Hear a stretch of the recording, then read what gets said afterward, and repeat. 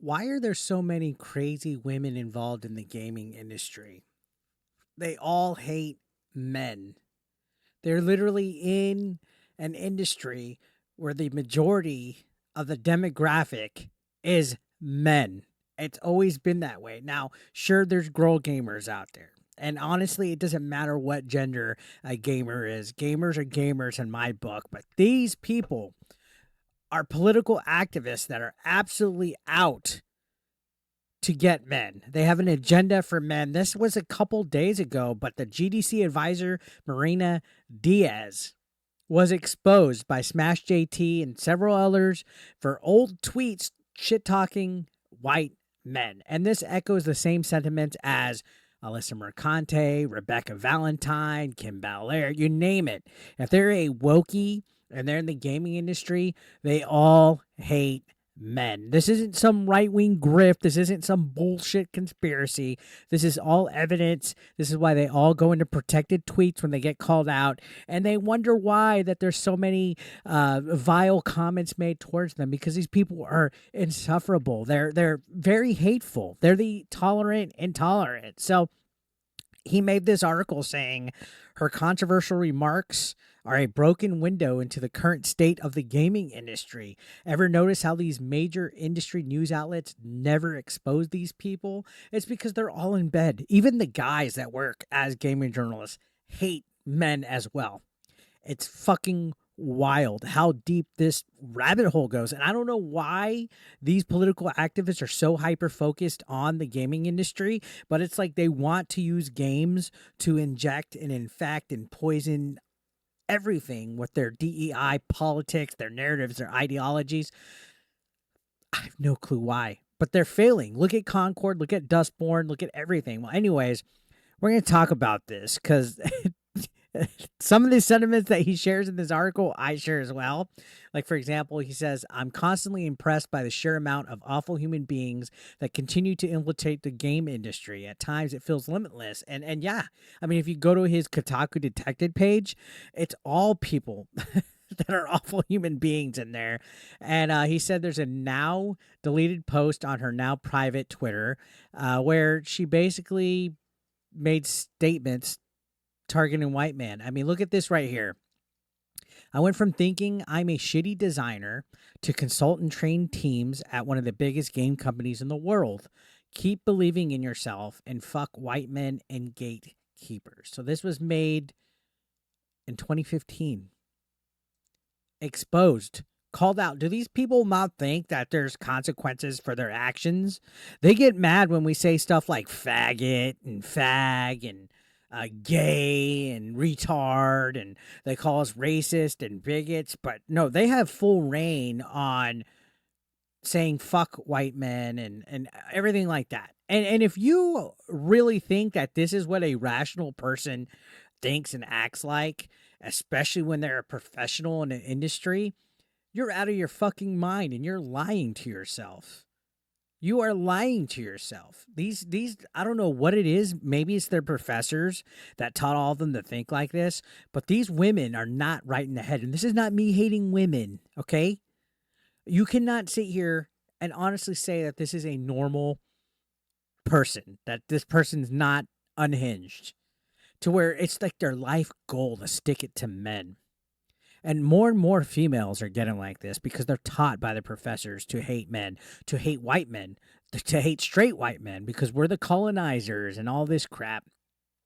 And you can see she says, not all white men suck, but you know what I mean, my loves. Oh, yeah, we definitely know. So, of course, Grums called her out, saying DEI policies in AAA game devs allow people to fail upwards, resulting in self-admitted shitty designer promoted to training game teams as a consultant.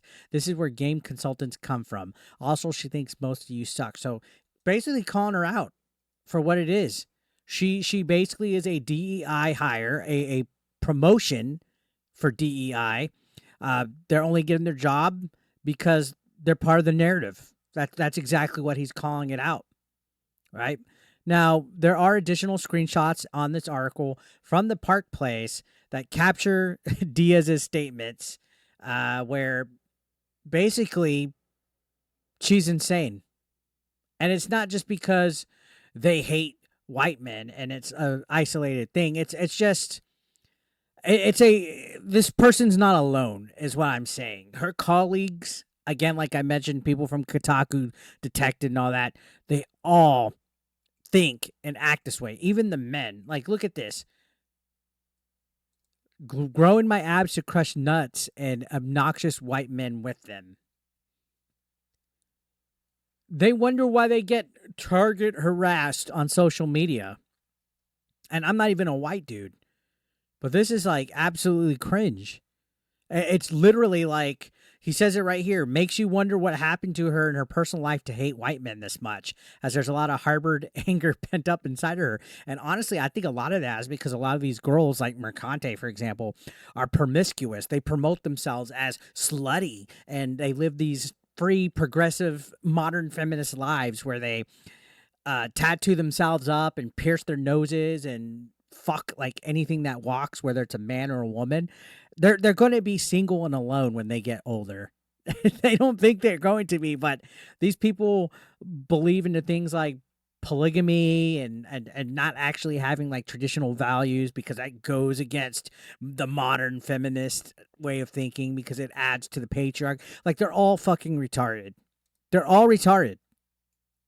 And you can see that she's saying, why white men over 40, for being somehow generous, are allergic to saying the word diversity. It's not that we're allergic to the word diversity. It's that we're allergic to your bullshit that you guys spew, the nonsense that you guys try to push. And it's like you guys are so snowflakey that you trigger everybody else with how you try to virtue signal and grandstand with all your bullshit onto everybody else. That's why I call out wokeness. That's why I call it out.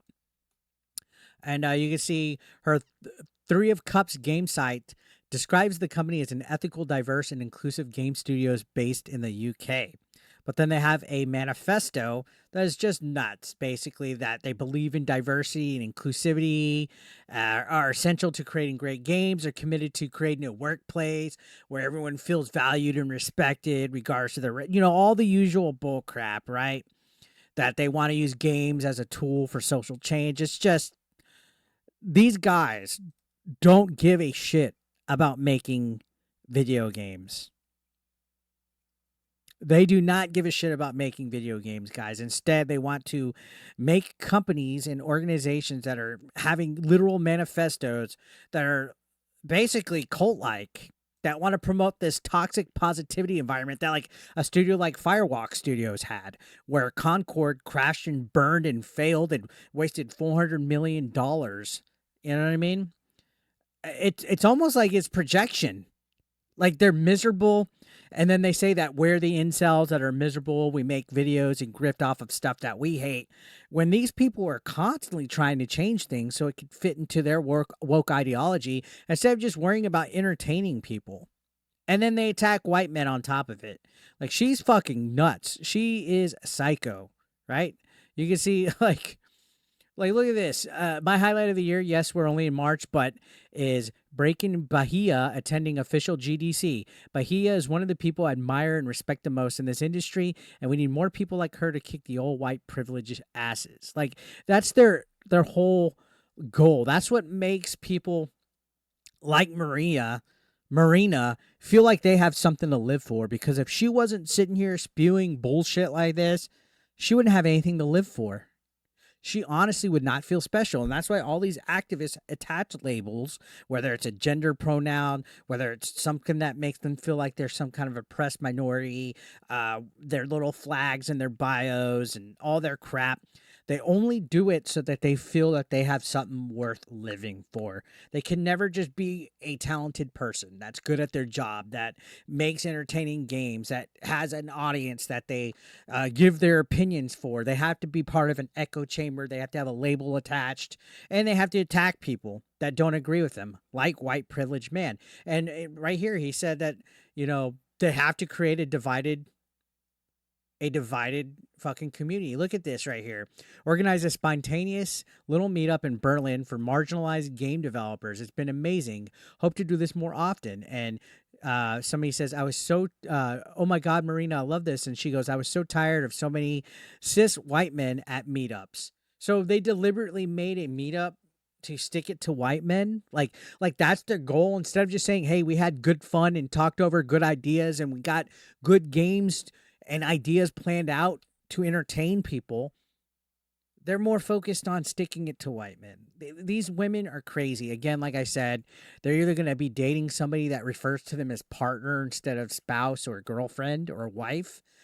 They're going to be dating guys that are easily cucked into polygamous relationships, guys that have no masculine qualities to them, or they're going to be single old cat ladies.